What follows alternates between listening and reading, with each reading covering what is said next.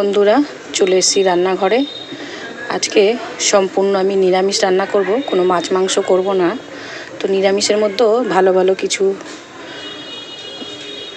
Item বানাবো বা কিছু তরকারি করব।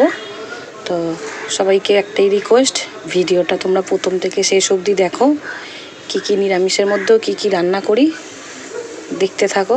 তো ভালোই লাগে, কিন্তু ডেলি মাছ মাংস খাওয়ার থেকে ডেলিই তো মাছ মাংস খাই, মাঝের মধ্যে একটু আধটু কিন্তু নিরামিষ খেতেও ভালো লাগে।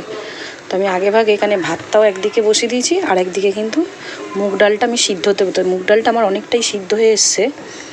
ওর মধ্যে এবার কটা কাঁচা লঙ্কা চেরা দিয়ে দেবো। নিরামিষ মুগ ডাল যেহেতু একটু কিন্তু মিষ্টি দিতে লাগে, তো একটু মিষ্টি দিয়ে দেবো, আর দিয়ে দেবো নুনটা। এরপরে আমি ফোড়ন দিয়ে ডালটা সাঁতলাবো। পরিমাণ মতন দিলাম নুন। মুগ ডালটা কিন্তু আমি ভেজে সেদ্ধ করিনি। আমি অনেক দিন আগেই কারোর কাছে একবার শুনেছিলাম মুগ ডালটা না অনেকের গ্যাস অম্বল হয়ে যায়। তো কেউ একজন বলেছিল, যাই হোক তার নাম বা সেটা আমার খেয়াল পড়ছে না কে বলেছিল, যে মুগ ডালটা কাঁচা অবস্থায় করলে বলে অম্বলটা হয় না, অম্বল গ্যাসটা হয় না। ওর জন্য কিন্তু ওই মুগ ডালটা ভাজিনি, আমি কাঁচা অবস্থায় জাস্ট জল দিয়ে ধুয়ে সিদ্ধ বসিয়ে দিয়েছি।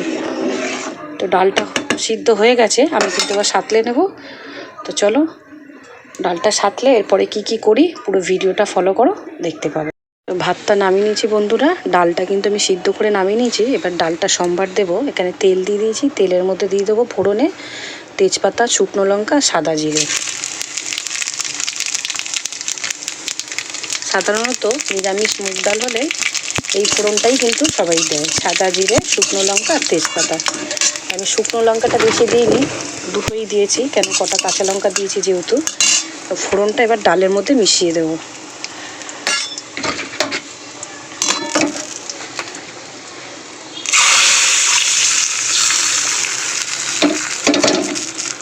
বসাবো আমি বাঁধাকপির তরকারি। তো এখানে কড়াই তেল দিয়ে দিয়েছি, তেলের মধ্যে দিয়ে দেবো জিরে আর তেজপাতা ফোড়ন। আর যে আলুগুলো কেটে নিয়েছি, আলুগুলো ভেজে নেব।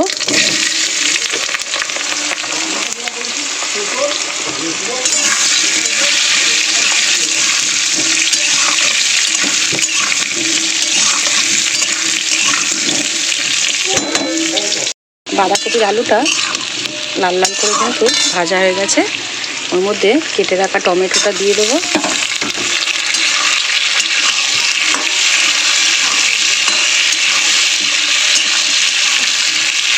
টমেটোটা মজবার জন্য আমি একটু নুনটা দিয়ে দেবো।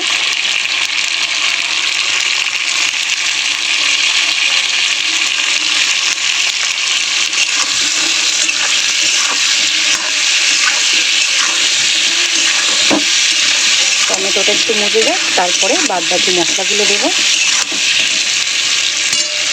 টমেটোটা একটু মজে গেছে, আমি কিন্তু এবার দিয়ে দেবো এখানে আদা জিরে বাটা, দিয়ে দেবো লঙ্কার গুঁড়ো, দেবো হলুদ গুঁড়ো, একটু জল দিয়ে দেবো মশলাটা কষানোর জন্য।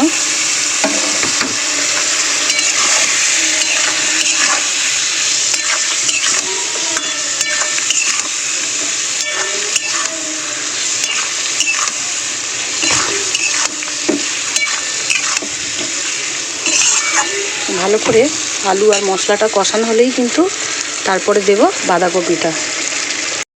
বাঁধাকপি মশলাটা কিন্তু আমার ভালো করে কষানো হয়ে গেছে, আলু ও মশলা। আমি এর মধ্যে এবারে বাঁধাকপিটা মিলিয়ে দেবো। এই যে বাঁধাকপিটা ঝিরিঝিরি করে কেটে ধুয়ে নিয়েছি। বাঁধাকপিগুলো এবার একটু একটু করে মিলিয়ে দেবো। তো এতটা ধরবে না একসাথে, তো আমি একটু একটু করে মেলাবো আস্তে আস্তে। নুন দিয়ে দিয়েছি, বাঁধাকপিটা দিলেই মজে যাবে।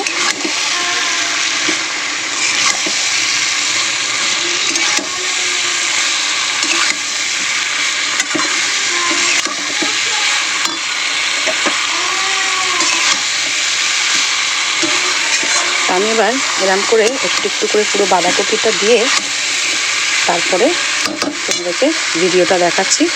তোমাদেরকে যে এক ঝুড়ি বাঁধাকপি দেখিয়েছিলাম, আস্তে আস্তে মুজি কিন্তু পুরো বাঁধাকপিটাই দিয়ে দিয়েছি। এবার এটা স্টিম আঁচ করে দেবো, আস্তে আস্তে হতে দেবো।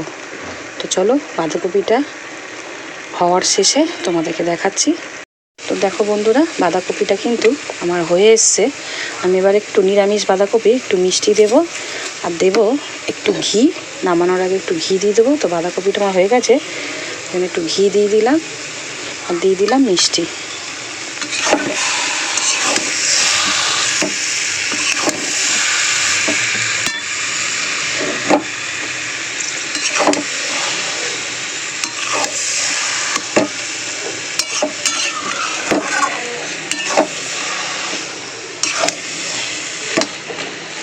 আমার বাঁধাকপিটা হয়ে গেছে।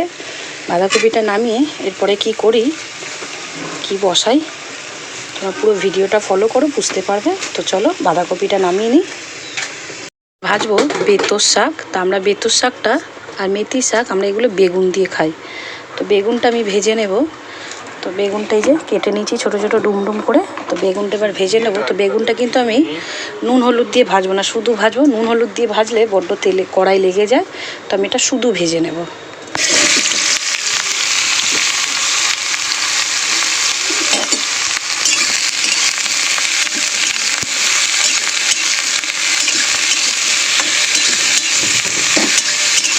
জাস্ট তেল দিয়ে একটু কড়াতে লাল লাল করে ভেজে নামিয়ে নিয়ে তারপরে শাকটা কিন্তু বসাবো।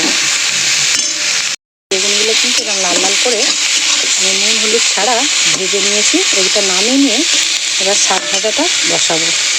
এটা ভেজে নামিয়ে নিয়েছি বেতর শাকে। এতে কড়াই তেল দিয়ে দিয়েছি। আমি এখানে শুকনো লঙ্কা দেবো না, একটু বেশি পরিমাণে কাঁচা লঙ্কা ফোড়নে দিয়ে দেবো ফাটিয়ে।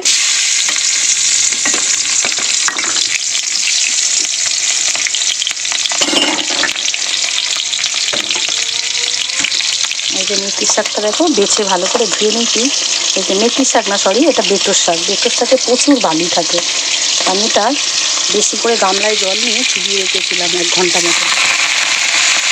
আর এই বালিগুলো এগুলো ভাসা জলে ভিজিয়ে তুলে তুলতে হবে, নাহলে কিন্তু এই শাকে প্রচুর বালি হয়।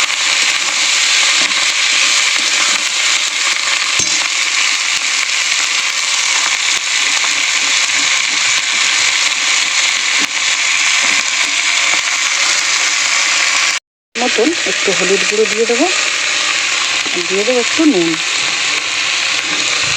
শাক ভাজা বেশি নুন দেবো না, বেগুনটাও নুন হলুদ ছাড়াই ভেজেছি। একটু আন্দাজ করেই নুনটা দিতে হবে।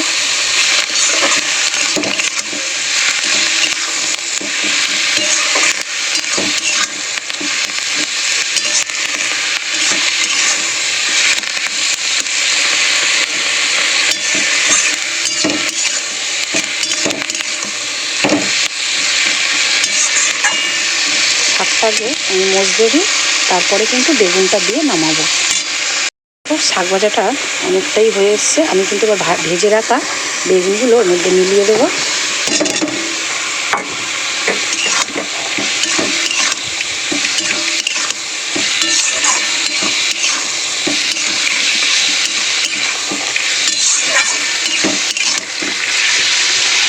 বেগুনটা শাকের সঙ্গে একটু দিয়েছি, ওটা একটু ভালো করে ভাজা ভাজা করে নামিয়ে নেবো। এরপরে কি করি, এরপরে একটু বেগুনি করবো। তো বেগুনিটা আমি কী করে করি তোমাদেরকে দেখাবো। তো আগে শাক ভাজাটা ভালো করে নামিয়ে নিই। বেতর শাক আর বেগুনটা কিন্তু ভালো করে ভাজা হয়ে গেছে। আমি এবার নামিয়ে নেবো। নিয়ে এরপরে ডালের সঙ্গে খাওয়ার জন্য বেগুনি করব। তো বেগুনির ব্যাটার ফ্যাটারগুলো গুলে নিই। কী দিয়ে কী ব্যাটার গুলবো না গুলবো, বেগুনিটা ভাজবো যখন দেখাবো। তো চলো আগে বেতর শাক আর বেগুনটা ভাজা নামিয়ে নিই, তারপরে বেগুনিটা ভাজবো। বেগুনি করবো, বেগুনির জন্য এই যে ব্যাটারটা গুলে নিয়েছি। আর এই যে দেখো পাতলা পাতলা করে আমি বেগুন কিন্তু কেটে নিয়েছি, একদম পাতলা স্লাইস স্লাইস করে। তো বেগুনিটার ব্যাটারটা কী দিয়ে করেছি বলতো, আমি কিন্তু বেসন দিইনি, আমি দিয়েছি চালের গুঁড়ি, ময়দা আর একটু কর্নফ্লাওয়ার, হলুদ গুঁড়ো আর কালো জিরে। সেটা দিয়ে ব্যাটারটা গুলে নিয়েছি। আর এখানে এই যে তেলটা বসিয়ে দিয়েছি। সাদা তেলে বেগুনিটা করলে ভালো হতো, কিন্তু আমার সাদা তেলটা শেষ হয়ে গেছে। তো আমি সর্ষের তেলেই ভেজে নেবো। তেলটা বসিয়ে দিয়েছি। তো এবার বেগুনগুলো এক এক করে ভেজে নেব।